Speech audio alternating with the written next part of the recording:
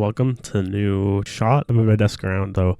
This is the new background for the videos. Sorry, I've been off for so long, just busy with work and school. But today we're going to get talking about the MacBook Neo. On hand, I have my Panasonic Let's Note CF SV7. So that's what I have my notes on for today. And I hope to record the review for this laptop today as well if I get my thoughts in order. All right, so Apple finally did it. They're venturing into the sub $1,000 laptop space in a big way. Despite an odd name, Neo, which means new, Apple is doing what they seemingly had hoped to do a decade ago with the Retina MacBook, create a somewhat entry-level device that's very compact. At nearly a third of the price at $599 and $499 after Apple's education discount, MacBook Neo will have major ramifications on the laptop market. I want to discuss three things about this new device. First is Apple's growing market share. The second is decimating MacBook Air sales.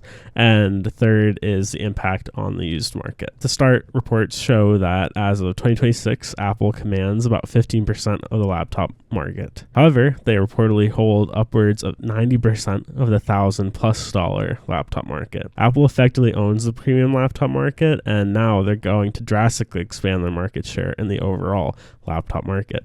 While they likely won't own 90% of the laptop market anytime soon, I don't think I'm being bullish by saying that they'll likely grow their market share by upwards of 200% by 2030 following this new strategy. While this is complete conjecture, it seems to me that the market share for Windows PCs will be seriously eroded, Chromebooks not excluded, and Microsoft and Google for Chromebooks will likely need to pivot to maintain revenues as a result of this launch by Apple. Both companies are capable of pivoting, each with their cloud and AI offerings. I do think that Microsoft's in a slightly better place just with all what's going on with AI, but both of these companies are going to need to find new ways to make money that's not from software sales, licensing, and devices, because I truly think that the MacBook Neo is going to have a profound impact on the market. Chromebooks as well, they will likely have a harder time just being sold compared to Windows laptops, especially since their most recent update to the Chromebook line is Chromebook Plus, which puts Chromebooks at or above the MacBook Neo's price point. And if we're really gonna ask the question, would you rather a MacBook or a Chromebook? I think we all know the answer is pretty much going to be MacBook regardless of the scenario. So not only is the MacBook Neo a great deal, it will drive user adoption of Apple's ecosystem. AirPods are cheap, iPhones are relatively cheap. Consider the iPhone 17e at also $599. Apple Watches are fairly cheap, and so are Apple TVs. Apple's ecosystem now with the MacBook Neo will be within reach for millions of new buyers who were previously outpriced by Apple's infamously high prices. For the record, however, as time has dragged on, Apple's products have become increasingly more affordable year after year, and I don't think that this trend will flag anytime soon. Another point on this through line, since the beginning, Apple has targeted education. And by getting school-age students familiar with Macs, they're developing customers for life. With the MacBook Neo, schools will likely deploy MacBooks en masse, and this strategy will be as prevalent as it has ever been. All things considered, by lowering the bar for entry, Apple will increase their market share and get MacBooks into the hands of millions who otherwise wouldn't have access to these devices. 2.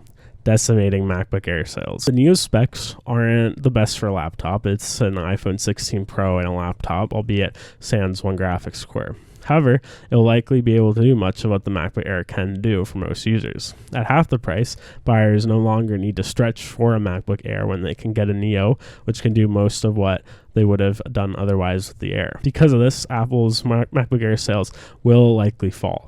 However, I believe they've likely done enough market research to be comfortable that the Neo won't erode Apple's command of the high-end laptop segment. So Neos at the rate they will require, Apple will likely be driving device sales and revenues far higher than they are currently. All things considered, this is an impressive move by Apple that will likely boost their bottom line significantly. Okay, third and finally, the impact on the used market. The resale value on Apple Silicon Macs has been nothing nothing short of historic. With used 2020 M1 MacBook Airs sitting at $300 and used 2022 M2 MacBook Airs sitting at $500 on peer-to-peer marketplaces, owners looking to upgrade can regain much of the money they spent on their old Mac. I predict that this will no longer be the case come April, a few weeks after the Neo exerts its force on the market. M1 MacBook Airs for $150 and M2 MacBook Airs for $250 to $300 will likely become the norm, and Apple Silicon Macs will get into the hands of even more users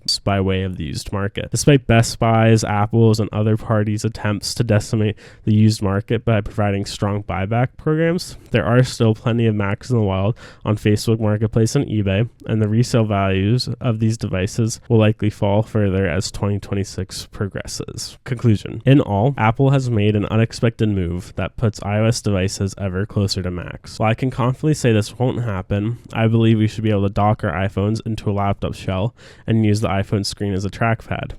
Coming back to reality, Apple, in time, will bring touchscreens to Macs and allow iPads to run macOS in the coming years.